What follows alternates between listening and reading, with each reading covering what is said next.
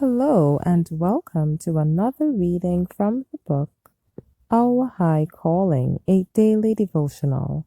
Today's reading is entitled Crowns for the Faithful, December 23rd.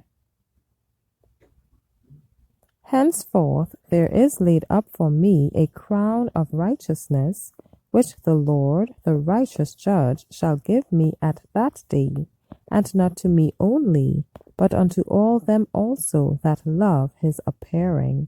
2 Timothy 4 verse 8.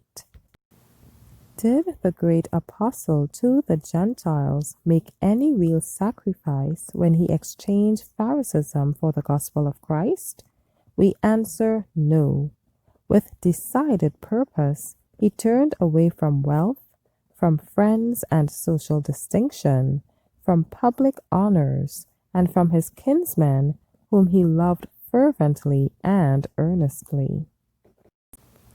He chose to link his name and his destiny with that of a people he had regarded as low and the outscoring of all things. But for the sake of Christ, he suffered the loss of all things. His labors were more abundant than any of the disciples, his stripes above measure. He was beaten with rods, stoned, shipwrecked, in deaths oft. He was in peril by land and sea, in the city and in the wilderness, from robbers and from his own countrymen.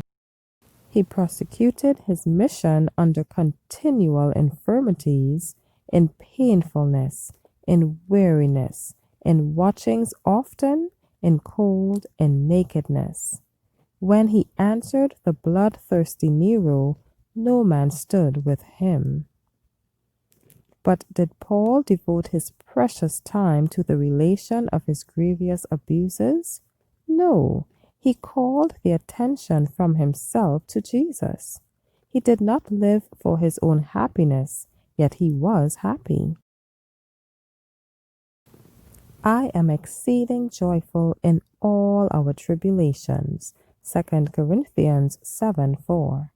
And in the last days of his life, with a martyr's death in full view, he exclaims with satisfaction, I have fought a good fight. I have finished my course. I have kept the faith. 2 Timothy 4:7.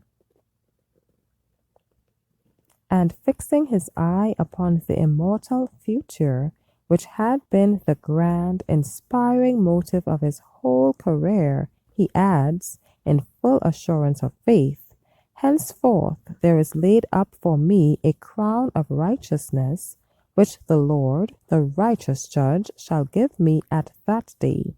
And then this man who had lived for others forgets himself, and not to me only, but unto all them also that love his appearing. O noble man of faith! Paul was a living example of what every true Christian should be. He lived for God's glory. For me to live is Christ. Philippians 1:21. Thank you for listening today.